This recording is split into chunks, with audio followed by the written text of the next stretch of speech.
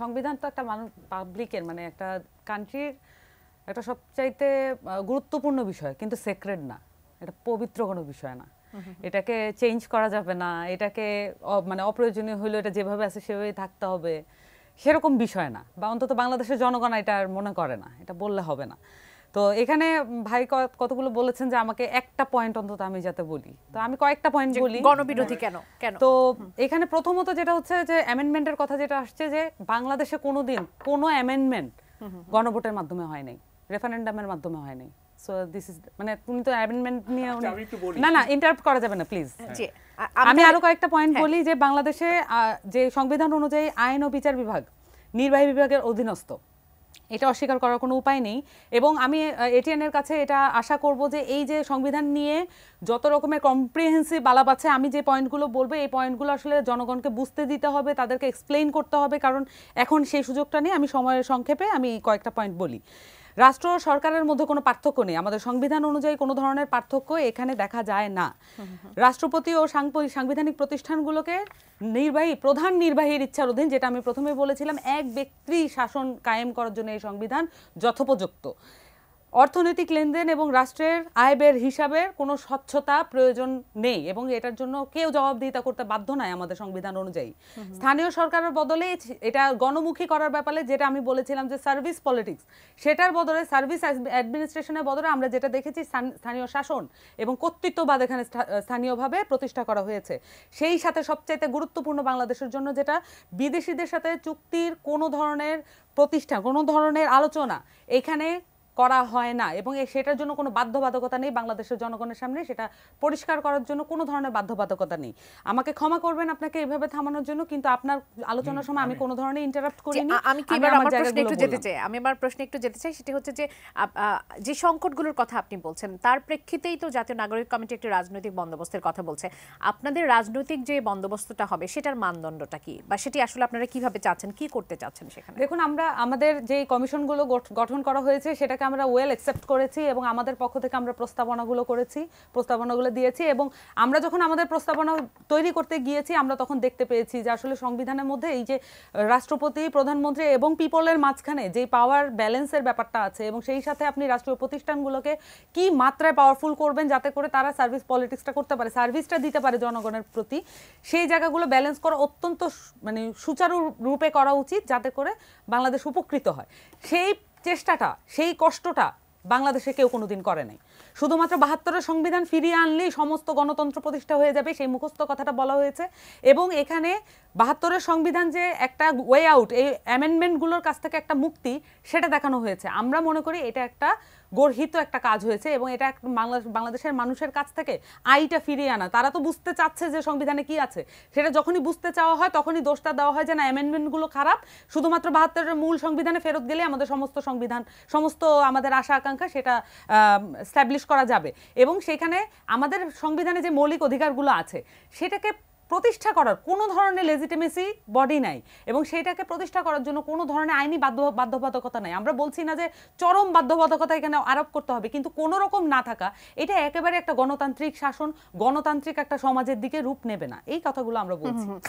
এখন সেটি কিভাবে সম্ভব হবে? আপনারা একটি রাজনৈতিক দল গঠন করে সেটিকে সম্ভব করতে চাচ্ছেন, মানে আপনারা কিভাবে চাচ্ছেন যে এই পরিবর্তনগুলো আসবে? আমরা মনে করি যে রাজনৈতিক দল একটা পার্ট, একটা স্টেটের একটা ফাংশনারি, এটা একটা মানুষের জায়গা থেকে, তাদের অ্যাসপিরেশনের জায়গা থেকে তারা এই কথাগুলো বলবে, কিন্তু এটা একমাত্র পার্ট না। আমরা কিন্তু বিদ্যমান সকল রাজনৈতিক দলের সংস্কার চেয়েছি, এবং এই সংস্কারের মধ্য দিয়ে আমরা চাই যে নতুন দলগুলো যারা আসবে তারা যাতে ওই সংস্কারের জায়গা থেকে তারা নিজেদেরকে কিন্তু বর্তমান পরিস্থিতি যেটা, মানে আমার যে শিরোনাম, বর্তমান পরিস্থিতি দেখা যাচ্ছে যে বিএনপি যদি কোনো প্রস্তাবনা দিচ্ছে সেটি আপনাদের মনোপুত হচ্ছে না, আপনাদের পছন্দ হচ্ছে না, আপনারা কোনো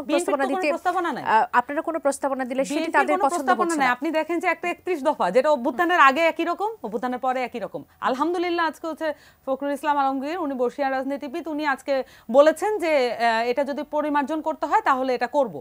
এটা আমরা বলার পরে আমি অন্তত গত 2 সপ্তাহ ধরে এটা বলছি যে 31 দফা কিভাবে মানে কোনো দলের কোনো ধরনের দফা অভ্যুত্থানের আগে অভ্যুত্থানের পরে তার চিত্র কিভাবে একই হয় এটা আমাদের বোধগম্য না, অন্তত তরুণ সমাজ। তারা তো বলছে যে তাদের সেই 31 দফার মধ্যে মানে ক্ষমতার ভারসাম্যের জন্য যা যা প্রয়োজন সেই কথাগুলো সেখানে আছে, সেই জায়গাগুলো আছে। কিন্তু আমরা বলছি যে এই যে সংবিধানের মূল কাঠামো, এটার যে কনসেপ্টটা বুঝতে হবে যে এই সংবিধানের মূল কাঠামোটা হচ্ছে অপ্রেসিভ। তার যে ইন্টেনশন, একটা সংবিধানের ইন্টেনশন, কারণ সে গণভোট তো নেয় নাই, সে তো রেফারেন্ডামের ফলাফল সে গ্রহণ করে নাই, তার যে বিগিনিং, এই সংবিধানের বিগিনিংটাই কার্ড। জি ধন্যবাদ জনাব মাহবুব কামাল। আপনি কি মনে করছেন আসলে? শিয়া বাটার ও ভিটামিন ই সমৃদ্ধ lily glam beauty soap. Lily, always beautiful. প্রথম কথা হচ্ছে উনি যেসব কথা বললেন সেগুলির অনেকগুলোই পরে অ্যামেন্ডমেন্টের মাধ্যমে করা হয়েছে। এটা 72-এর সংবিধানের দোষ না। এক, যেমন ধরেন জ্বালানি খাতে ইন্ডেমনিটি দেয়া হয়েছে, এটা কি 72 কনস্টিটিউশনে আছে? নাই তো। পরে এই যে 16টা সংবিধান, এই যে 16টা সংশোধনী হয়েছে, এই 16টা সংশোধনীর মধ্য দিয়ে 72-এর সংবিধানকে বিকৃত করা হয়েছে। 72-এর আমি তো 72-এর সংবিধানের কথা বলতেছি। এক। 2 নম্বর কথা হচ্ছে একটা জিনিস থিওরিটিক্যালি ঠিক আছে, এইটা যদি আমি যদি প্র্যাকটিস না করি তাহলে কি থিওরিটার দোষ? 72-এর কনস্টিটিউশনে যা যা আছে সেগুলি প্র্যাকটিস করা হয় নাই, সেটা তো কনস্টিটিউশনের দোষ না। একটু শেষ করতে দেন আমাকে। কনস্টিটিউশনের তো দোষ না। 2 নম্বর হচ্ছে আপনি যে কথাগুলি বললেন 2-3টা, আপনি যদি কনস্টিটিউশনে হুবহু যেভাবে লেখা আছে সেভাবে উদ্ধৃত করতেন তাহলে আমি ব্যাখ্যা করতে পারতাম। আপনি কনস্টিটিউশনে হুবহু 72-এর কনস্টিটিউশনে যেভাবে কথাগুলো আছে হুবহু করলে আমি ব্যাখ্যা করতে পারতাম। যেহেতু আপনি হুবহু ওই লাইনগুলো বলেন নাই, আপনি আপনার মতো করে ওইটাকে ব্যাখ্যা করছেন, সুতরাং আমি তো ওইভাবে আর বলতে পারবো না। কথাটা হচ্ছে কথা হচ্ছে যে একটা থিওরিটিক্যালি ঠিক আছে। আপনি কি মনে করেন না যে গণতন্ত্র থিওরিটিক্যালি ঠিক আছে? ওই 4টার মধ্যে গণতন্ত্র একটা। এখন গণতন্ত্র যদি প্র্যাকটিস না করে শেখ হাসিনা, এটা কি ওই 72 কনস্টিটিউশনের দোষ? এটা দোষ হবে? গণতন্ত্র তো একটা, এটাকে তো কেউ অস্বীকার করতে পারবে না। তো আমরা প্র্যাকটিস করতে পারি নাই, তা 72 কনস্টিটিউশনের দোষটা কি হলো? যাই হোক, এখন সংবিধান সম্পর্কে আমি আরেকটা একটু কথা বলে শেষ করে দিই। সেটা হলো ধরেন এই যে মানে কনস্টিটিউশনে সব ঠিক আছে না, কেউ ফ্যাসিবাদী হইতে পারবে না, কেউ কিছু করতে পারবে না। এখন ধরেন একজন সেনা প্রধান, সে মনে করলো সে পাওয়ার টেক ওভার করবে, করলো, সে কি কনস্টিটিউশনের দিকে তাকায় থাকবে কবে আমার শাস্তি হবে না হবে? সে টেক ওভার করে বলবে কি? সামরিক আইনের প্রথম কথা কি? Negation of all civil laws, সমস্ত সিভিল ল বাতিল হয়ে যাবে, সে এসে যাবে। সে কখনোই ভাববে না যে একদিন আমার বিচার হবে সংবিধান অনুযায়ী, একদিন কখনোই কোনো যারা মিলিটারি টেক ওভার করে তখন কেউ এটা ভাবে না। আমরা একটু নির্বাচনের কথা বলি। ফলে এই কনস্টিটিউশন কখনো কোনো কনস্টিটিউশনই ফ্যাসিবাদকে রুখতে পারে না, যদি না যারা রাষ্ট্র চালায় তারা ফ্যাসিবাদী না হন, রুখতে পারে না। এখন যারা ছাত্র প্রতিনিধি আছে, জাতীয় নাগরিক কমিটি যারা আছে, বৈষম্যবিরোধী ছাত্র আন্দোলন, তারা তো এই যে আন্দোলনটা করেছে, সরকার পতন ঘটিয়েছে, তাদের তো একটি লক্ষ্য উদ্দেশ্য ছিল, তারা তো অবশ্যই সেই পথেই হাঁটবে। তাদের লক্ষ্য উদ্দেশ্যের আরেকটি হচ্ছে, সেটা হচ্ছে গণতন্ত্র পুনরুদ্ধার করা। ফ্যাসিবাদের পতন তো তারা রুখে দিতেই চাই, গণতন্ত্র পুনরুদ্ধার করা। আপনার কাছে কি মনে হয় গণতন্ত্রের জন্য এই মুহূর্তে নির্বাচন আসলে কতটা জরুরি বলে আপনি মনে করছেন? তারা যেমনটি সামান্থা শারমিন বলছিলেন যে এই যে সংস্কারগুলো আগে করাটা বেশি জরুরি, রাজনৈতিক দল থেকে শুরু করে নানান সংবিধান থেকে শুরু করে। একটা শুনেন, আমি সংস্কারের কথা যে বললেন না, এগুলি দেখেন, মানে এগুলি বলবেন যে আপনি খুব বেশি ইয়ে করেন। এই যে আমি তো আগেই বললাম, সংস্কার যতই করেন ফু দিলে উড়ে যাবে, এগুলো কোনো টেকসই হবে না যদি পরবর্তী সরকার না হয়। টেকসই সংস্কার কোনটা?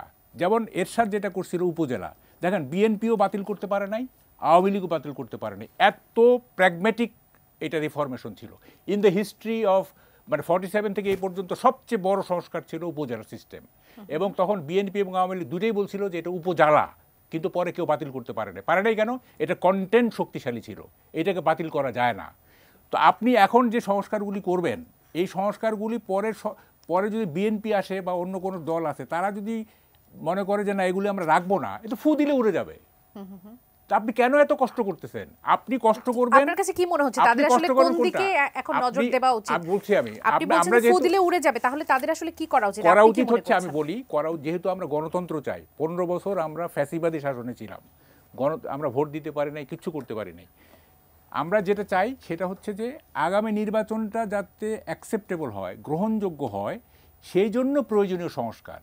এইটা নির্বাচন পদ্ধতি সংস্কার, নির্বাচন কমিশনের সংস্কার, নির্বাচনের পথে যে সমস্ত বাধা থাকে, একটা ফেয়ার ইলেকশনের পথে যে সমস্ত বাধা থাকে, সেগুলির সংস্কার করে একটা রিয়েলি পাবলিক রিপ্রেজেন্টেশনাল একটা গভর্নমেন্ট আসবে, তারা করবে সব কিছু।